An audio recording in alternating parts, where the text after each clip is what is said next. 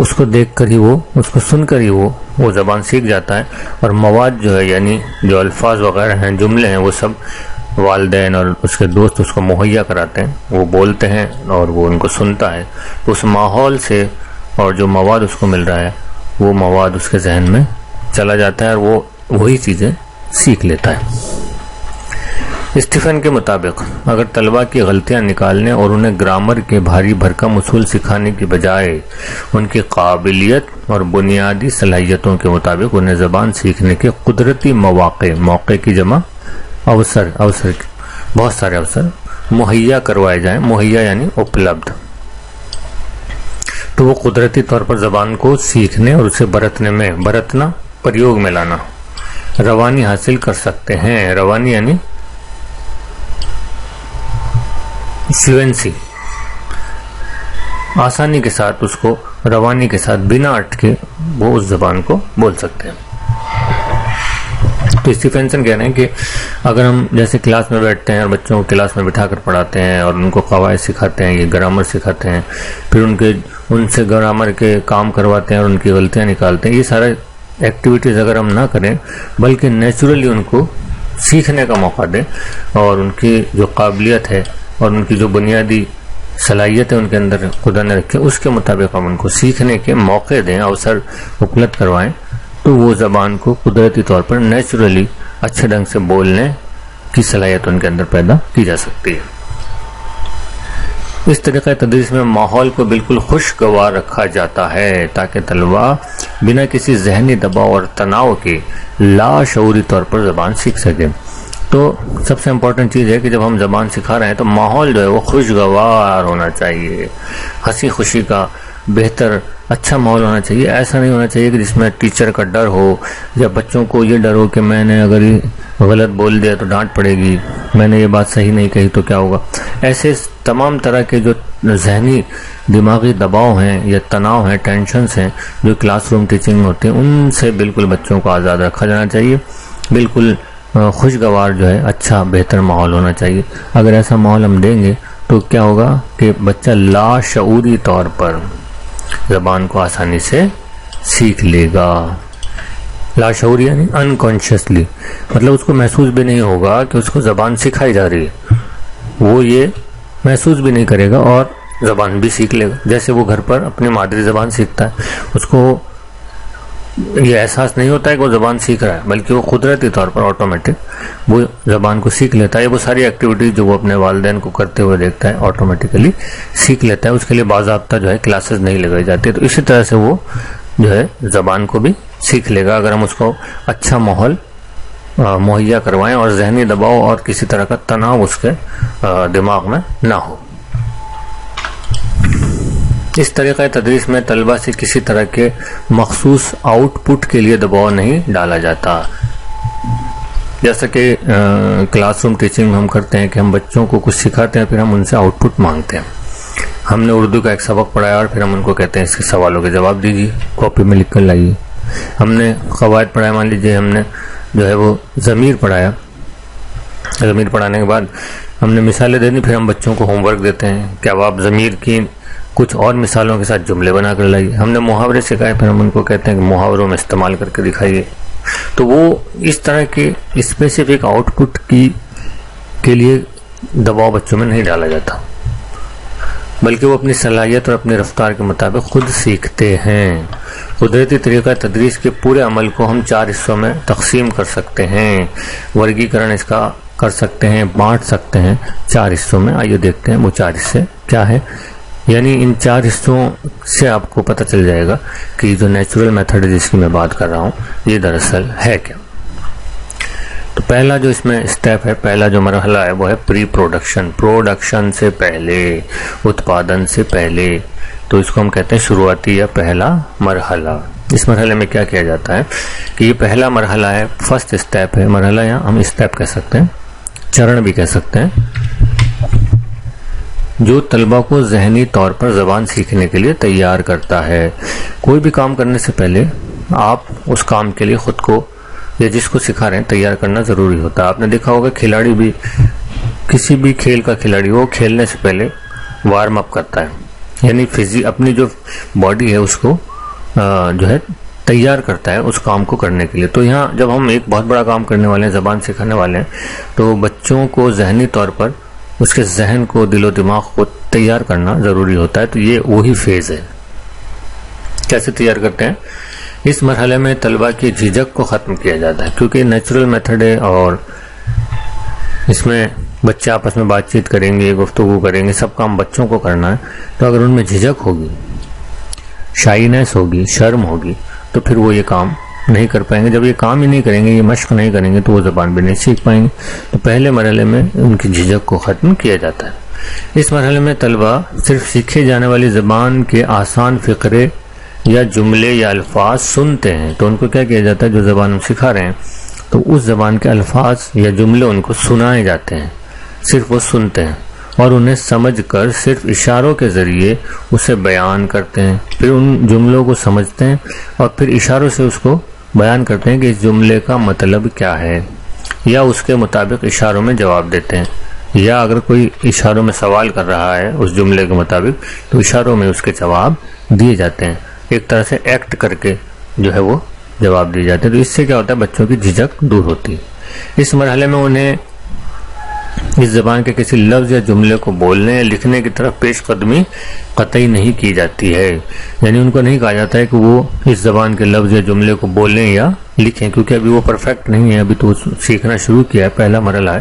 تو وہ بول بھی نہیں پائیں گے اور اچھے ڈھنگ سے لکھ بھی نہیں پائیں گے. تو اس سے پرابلم پیدا ہوتی ہے. تو اس لیے یہ کام کروایا ہی نہیں جاتا ہے. اس سرگرمی کا مقصد نئی زبان کو سننا اور اسے سمجھنے کی کوشش کرنا ہوتا ہے.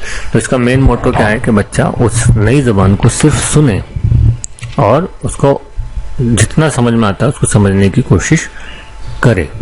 یہ اس کا مقصد ہوتا ہے پہلے مرحلے کا. اس پیریڈ کو عموماً خاموش پیریڈ بھی کہا جاتا ہے، کیونکہ بچے بولتے نہیں ہیں تو اس لیے ہم خاموش پیریڈ بھی کہتے ہیں. اس تمام تر سرگرمی کے دوران طلبہ صرف سن کر تقریباً 500 نئے الفاظ سیکھتے ہیں. تو یہ ایک امپورٹنٹ چیز ہے. آپ نے دیکھا ہوگا کہ جیسلمیر، باڑمیر وغیرہ میں کیونکہ ٹورسٹ بہت آتے ہیں، تو آپ نے دیکھا ہوگا وہاں چھوٹے چھوٹے بچے جو گائیڈ کا کام کرتے ہیں وہ فرا انگریزی بولتے ہیں. ان کی انگریزوں کی بات بھی سن لیتے ہیں، ان کو اس کو سمجھ بھی جاتے ہیں اور ٹوٹی پوٹی انگریزی میں اپنی بات ان کو سمجھا بھی دیتے ہیں، جواب بھی دے دیتے ہیں. جبکہ ہندی میڈیم اسکولوں میں پڑھنے والے بچے، جہاں انگلش کمپلسری ہوتی ہے، آپ کو معلوم ہے 12 تک تو کم سے کم کمپلسری ہوتی ہے، 12 سال تک ہندی میڈیم اسکولوں میں پڑھنے والے بچے 12 سال تک انگلش باقاعدگی سے پڑھتے ہیں. پہلی کلاس سے لے کے 12 تک گرامر پڑھتے ہیں، سینٹنسز پڑھتے ہیں، ٹینسز پڑھتے ہیں، سب پڑھتے ہیں. لیکن 12 سال کی اس محنت کے بعد بھی، 12 سال کی اس اسٹڈی کے بعد بھی وہ اتنے بہتر طریقے سے انگریزوں کی جو ٹورسٹ آتے ہیں ان کی زبان کو نہیں سمجھ پاتے، اور نہ جواب دینا تو بہت دور کی بات ہوتی. تو یہ جو پاور ہے یہ ہے سننے کی. وہاں کے رہنے والے بچے ان کی جو انگریز آتے ہیں ان کی زبان کو بہت اچھے ڈھنگ سے سنتے ہیں. اس کی ایک وجہ یہ بھی ہے کہ ان کو ضرورت ہوتی ہے، وہ سمجھنا چاہتے ہیں، تو وہ سنتے ہیں اور سن کر ہی وہ نئے الفاظ سیکھ لیتے ہیں، اس کے میننگ سیکھ لیتے ہیں، اور پھر دھیرے دھیرے اس زبان کو سمجھنا اور اس کو بولنا سیکھ لیتے ہیں. تو وہی طریقہ ہم یہاں اپناتے ہیں. تو جب ان کو بار بار سنائے جاتے ہیں الفاظ، تو تقریباً 500 نئے الفاظ اس پیریڈ میں وہ سیکھ لیتے ہیں، جو کسی بھی زبان میں بات چیت کے لیے بنیادی حیثیت رکھتے ہیں. حالانکہ ان الفاظ کو استعمال کرنے کا موقع انہیں ابھی فراہم نہیں کیا جاتا. ابھی فرسٹ پیریڈ چل رہا ہے تو ابھی ان کو بولنے کی اجازت ہی نہیں ہے، صرف سننا ہے اور انکانشیسلی اپنے ذہن میں وہ جو ہے ان کے ذہن میں وہ الفاظ بیٹھ رہے ہیں. یہ وہ مرحلہ ہے جس میں استاد کی کاوشیں اور کارکردگی 90% ہوتی ہے. اس فیز میں استاد کا کردار بہت ضروری ہے، بہت امپورٹنٹ ہے. 90% تک کا کام استاد کا ہے، کیونکہ بچے تو بول ہی نہیں رہے ہیں، جبکہ طلبہ کی کاوشیں یعنی کوششیں 10% ہی ہوتی ہیں. اس مرحلے میں طلبہ صرف اپنی جسمانی حرکتوں اور اشاروں یعنی باڈی لینگویج، فیشیل ایکسپریشن، چہروں کے تاثرات اور ہاتھ پیر وغیرہ کے تاثرات کے ذریعے ہی بات چیت کرتے ہیں، یا اپنا جو موقف ہے، اپنے جو وہ کہنا چاہتے ہیں وہ اس کے ذریعے پہنچاتے ہیں، ان کا ہی استعمال کرتے ہیں. طلبہ استاد کے سوالات کا جواب گردن ہلا کر ہاں یا نہیں میں دے سکتے ہیں. استاد انہیں کسی چیز کو ایک جگہ سے دوسری جگہ رکھنے کو کہہ سکتے ہیں۔ طلبہ ہاتھوں اور آنکھوں کے اشاروں کے ذریعے جواب دے سکتے ہیں۔ استاد تدریس کو مؤثر بنانے کے لیے مختلف قسم کی تصاویر کا بھی استعمال کر سکتے ہیں۔ املے کی درستگی کے لیے آپ اس کو یا واحد جمع کے طور پر آپ اس کو یاد رکھیں، تصویر کی جمع تصویریں نہیں ہوتی، تصاویر ہوتی ہے۔ تصویر کی جمع تصاویر ہوتی ہے، تدبیر کی جمع تدابیر ہوتی ہے، یہ یاد رکھیں۔ اس مرحلے کی میعاد 1 سال تک ہو سکتی ہے، اس کی جو مدت ہے، ڈیوریشن ہے، وہ 1 سال تک، فرسٹ جو ہمارا مرحلہ ہے 1 سال تک کی مدت ہو سکتی ہے۔ اب آتے ہیں ہم سیکنڈ اسٹیپ پر، ارلی پروڈکشن۔ وہ تو پری پروڈکشن تھا، یہ ہے ارلی پروڈکشن، دوسرا مرحلہ۔ پہلے مرحلے کے بعد طلبہ اب نئی زبان کے بہت سے الفاظ ذہن نشین کر چکے ہیں، جیسا ہم نے کہا تقریباً سال بھر میں 500 الفاظ تو سیکھ چکے ہیں وہ، لہٰذا وہ اشاروں کے ساتھ ساتھ 1 یا 2 الفاظ کا استعمال بھی کرنا شروع کر دیتے ہیں۔ اس مرحلے میں سیکھے گئے الفاظ کو استعمال کرنے کی مشق کروائی جاتی ہے۔ جو الفاظ انہوں نے سیکھ لیے ہیں ان کو کیسے استعمال کرنا ہے اس کی پریکٹس شروع کرتے ہیں۔ اس کے لیے ہاں یا نہیں، کون، جیسے سوال پوچھا گیا کمرے میں کون ہے، کیا ٹیبل پر کیا ہے، یہ یا وہ، کیا یہ ندی ہے یا تالاب، اور کہاں، کتاب کہاں ہے، وغیرہ کی مشق کروائی جاتی ہے۔ اس دوران طلبہ آپس میں یا گروپ بنا کر بھی استاد کی دی ہوئی مختلف جو پریکٹس ٹاسک ہیں یا مشق ہیں ان کو حل کرتے ہیں۔ اس طرح جلد ہی طلبہ چھوٹے چھوٹے جملے بنانا سیکھ جاتے ہیں، حالانکہ یہ جملے ساخت یا قواعد کے اعتبار سے کچھ غلط ہو سکتے ہیں، لیکن اسے نظر انداز کر دیا جاتا ہے۔ اس کی میعاد تقریباً 2 سال ہو سکتی ہے۔ تو اب وہاں 500 الفاظ سکھائے، یہاں ان کو جملے بنانا، جملوں کی پریکٹس کرنا سکھاتے ہیں۔ ہو سکتا ہے یہ اسٹرکچر کے اعتبار سے جملے غلط ہوں، اور ظاہر سی باتیں غلط ہوں کیونکہ ابھی ان کو زبان پوری طرح سے نہیں آتی، اور قواعد تو ان نے سکھائی نہیں، تو قواعد کے اعتبار سے بھی غلط ہوتے ہیں، لیکن اس کو ہم بالکل نیگلیکٹ کر دیتے ہیں، اس پر دھیان نہیں دیتے، بالکل ویسے جیسے بات چیت کے طریقے میں ہم کرتے تھے۔ اب آتے ہیں ہم تھرڈ اسٹیپ کی طرف، تیسرا مرحلہ، اسپیچ ایمرجنس۔ اب ان کی جو بولنے کی صلاحیت ہے، بولنے کی کیپیبلٹی ہے، وہ ابھر کر سامنے آ رہی ہے تیسرے مرحلے میں۔ 3 سال کا عرصہ گزرتے گزرتے اب طلبہ اس لائق ہو جاتے ہیں کہ وہ چھوٹے جملوں میں اپنی بات کو کہہ سکیں، یعنی اب ان کی جو اسپیچ کیپیبلٹی ہے وہ ایمرج ہو رہی ہے، وہ سامنے آ رہی ہے۔ اب وہ کیا اور کیسے جیسے سوالات کا جن میں وضاحت درکار ہوتی ہے، جس میں ایکسپلینیشن کی ضرورت ہوتی ہے، جواب دے سکتے ہیں، کیونکہ اب وہ تقریباً 7000 الفاظ سیکھ چکے ہوتے ہیں۔ 3 سالوں میں تقریباً 7000 نئے الفاظ وہ سیکھ جاتے ہیں، اور چھوٹے چھوٹے جملے بنانے، سوالوں کے جواب دینے بھی وہ سیکھ جاتے ہیں۔ اس مرحلے میں استاد زبان کی مزید مہارت پیدا کرنے کے لیے مختلف قسم کی مشق یعنی پریکٹس کرواتا ہے، ساتھ ہی نظموں، غزلوں، کہانیوں، افسانوں کو پڑھنے اور ان پر چرچا کرنے کی طرف راغب کرتا ہے۔ راغب کرنا، رغبت دلانا، شوق دلانا، ان کو شوق دلاتا ہے کہ وہ نظمیں پڑھیں، وہ غزلیں پڑھیں، وہ کہانیاں پڑھیں، افسانے پڑھیں، تو اس سے ان کی پڑھنے کی صلاحیت میں اضافہ ہوگا، نئے نئے الفاظ وہ سیکھیں گے۔ آپسی بات چیت، بحث و مباحثہ اور مکالمات یعنی ڈائلاگس کے ذریعے بھی زبان کی مشق کروائی جاتی ہے۔ تو یہ تھرڈ اسٹیپ ہے جس میں زبان جو ہے وہ اور ابھر کر سامنے آتی ہے اور اس کو ہم مضبوط کرتے ہیں۔ آخری مرحلہ ہے چوتھا، انٹرمیڈیٹ فلوئنسی۔ تو ہاں ایمرج ہو رہی تھی، یہاں اب انٹرمیڈیٹ فلوئنسی یعنی تقریباً بہت زیادہ فلوئنسی نہیں، لیکن تقریباً اچھی خاصی فلوئنسی یعنی زبان کو بولنے کی روانی، بنا اٹکے زبان بولنے کی مہارت یا صلاحیت پیدا ہو جاتی ہے۔ تو 3-4 سال کی مدت میں اب طلبہ کے پاس تقریباً 12000 الفاظ کا ذخیرہ جمع ہو چکا ہوتا ہے۔ اب ان میں زبان کو سمجھنے اور اس کے ادب کو پڑھنے یعنی ساہتیہ، دیکھیں ادب کا مطلب عزت بھی ہوتا ہے، لیکن ادب کا مطلب ساہتیہ بھی ہوتا ہے، ادب کا مطلب ہے ساہتیہ۔ تو پچھلے مرحلے میں ہم نے ان کو ترغیب دلائی تھی کہ وہ نظمیں، کہانیاں، افسانے پڑھیں، تو ظاہر سی بات ہے کہ اس مدت میں وہ ان کے اندر شوق پیدا ہو گیا ہوگا، ہو جاتا ہے، تو اب ان میں ادب کو پڑھنے اور سمجھنے کی صلاحیت بھی کسی حد تک حاصل ہو چکی ہے۔ تو وہ جب انہوں نے پچھلے سال ادب پڑھا ہے، کہانیاں پڑھی ہیں، نظمیں پڑھی ہیں، تو اس کو سمجھنے کی صلاحیت بھی ان کے اندر پیدا کسی حد تک ہو گئی ہے، لہٰذا اب وہ کسی موضوع پر مضمون لکھ سکتے ہیں۔ اب جب انہوں نے نظمیں پڑھی ہیں، افسانے پڑھے ہیں، کہانیاں پڑھی ہیں، تو اس سے بھی زبان مضبوط ہوئی ہے، تو اب وہ اس لائق ہیں کہ کسی موضوع پر مضمون یا نبند وغیرہ ایسے وغیرہ لکھ سکتے ہیں. وہ سوالات کے جواب وضاحت کے ساتھ دے سکتے ہیں، ویاکھیا کرتے ہوئے، اسپشٹیکرن دیتے ہوئے اور واضح کرتے ہوئے جو ہے وہ سوال کے جواب دے سکتے ہیں. وہ کسی موضوع پر، کسی وشے پر تقریر کر سکتے ہیں. حالانکہ استاد کا رول ابھی بھی بہت اہم ہوتا ہے، لیکن دھیرے دھیرے استاد کا رول کم ہوتا جاتا ہے. جیسے ہم نے دیکھا تھا پہلے مرحلے میں 90% ہوتا ہے، دوسرے مرحلے میں تھوڑا اور کم ہو جاتا ہے 60-70%، تیسرے مرحلے میں اور کم ہو جاتا ہے، اور چوتھے مرحلے میں بہت کم ہو جاتا ہے. وہ ان کے تمام تر افعال، دیکھیے اس کو بھی نوٹ کر لیجئے گا، فعل سے بنا ہے. فعل کا مطلب ہوتا ہے کام یا کریا، اور اس کی جمع افعال، کریائیں. ان کی تمام کریائیں، تمام ایکٹیویٹیز ہیں، ان کے دوران ہمیشہ رہ جانے والی کمیوں یا چھوٹی چھوٹی اغلاط، اب اس کو بھی نوٹ کر لیں گے. غلط کی جمع ہے اغلاط. غلط کی جمع غلطیاں نہیں ہوتا ہے، غلط کی جمع اغلاط ہوتا ہے. بہت امپورٹنٹ چیز ہیں یہ افعال، اغلاط. اس کو آپ ضرور کاپی میں نوٹ کریں، واحد جمع کے صیغے میں، واحد جمع والی. کلاس میں جب میں پڑھاتا ہوں تو میں بچوں کو جو بورڈ پہ سمجھاتا ہوں تو ہمیشہ لیفٹ سائڈ میں، رائٹ سائڈ میں ایک حاشیہ چھوڑتا ہوں، اور پڑھاتے وقت جتنے بھی نئے الفاظ آتے ہیں تو ان کو رائٹ سائڈ کے پینل میں لکھتا چلتا ہوں، اور بچوں کو کہتا ہوں جب میں پڑھا چکوں گا تو تمہیں 10 منٹ دوں گا، اور اس میں وہ 10 منٹ میں آپ یہ جو الفاظ مانے ہیں یا یہ جو واحد جمع ہیں ان کو آپ اپنی کاپی میں نوٹ کریں گے.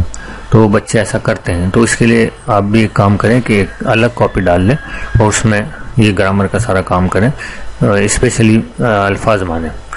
الفاظ مانے اگر آپ کے مضبوط ہو جائیں گے، ووکیبلری تگڑی ہو جائے گی، تو یقین جانیے کہ آپ کا 80% کام آسان ہو جائے گا. تو ان کو بھی جو ہے آپ جب بھی میرے ویڈیوز دیکھیں تب بھی آپ دیکھیں کہ ہر ویڈیو میں جتنے بھی نئے لفظ آتے ہیں ان کی میننگ بتاتا ہوں اور ان کی وضاحت کرتا چلتا ہوں، تو ان کو آپ اپنی کاپی میں نوٹ کرتے چلیں، تو ایک اچھا خاصا ذخیرہ جو ہے وہ آپ کے پاس ہو جائے گا. بہرحال تو ٹیچر کیا کرتا ہے، ان کی تمام ایکٹیویٹیز یعنی افعال پر نظر رکھتا ہے، اور چھوٹی چھوٹی جو غلطیاں ہوتی ہیں ان کی تصحیح یعنی ٹھیک کرنا، درست کرتا ہے، ان کو صحیح کرتا ہے، ہمیشہ موجود رہتا ہے ان کو صحیح کرنے کے لیے.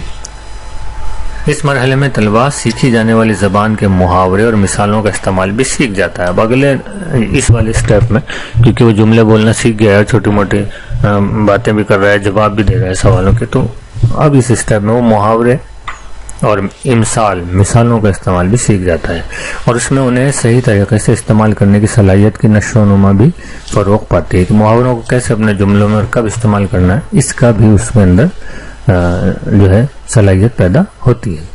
تو اس طرح سے 4 مراحل ہیں، 4 اسٹیپس ہیں اس طریقہ تدریس کے، زبان کو سکھانے کا جو طریقہ تدریس ہے. تو 4 اسٹیپس میں ہم جو ہے زبان بچوں کو سکھا دیتے ہیں، سکھا سکتے ہیں قدرتی طریقے کے ذریعے. تو یہ تھا ہمارا نیچرل میتھڈ آج کا، یہ بھی بہت امپورٹنٹ میتھڈ ہے، تو اس کو بھی آپ ذہن میں رکھیں اور اس کو ایک بار آپ ریوائز کریں. اور جیسا کہ میں آپ کو ویڈیو کے دوران بھی کہہ رہا تھا کہ الفاظ معنی، واحد جمع، ان کے لیے الگ کاپی بنائیں اور ان کو بھی آپ ساتھ ساتھ لکھتے چلیں. ان میں سے بہت سارے سوالات آئیں گے جو آپ کے بہت معاون ہوں گے، اور اگر الفاظ کے میننگ آپ جانتے ہیں تو پھر جو یہ تعریفیں ہیں، یہ جو ہیڈنگز ہیں، ان کو سمجھنا بھی بہت آسان ہو جاتا ہے، اور آپ کی جو رٹنے والا جو آپ کی پرکریا ہے اس پر لگام لگ جاتی ہے. چیزیں جب سمجھ میں آ جاتی ہیں تو پھر آپ ان کو رٹیں گے نہیں، اور جو ہے وہ آپ کا جو بھی سیکھیں گے آپ وہ ہمیشہ کے لیے آپ کے ذہن میں رہے گا، پربھاوی رہے گا. تو بہرحال آج کے لیے اتنا ہی.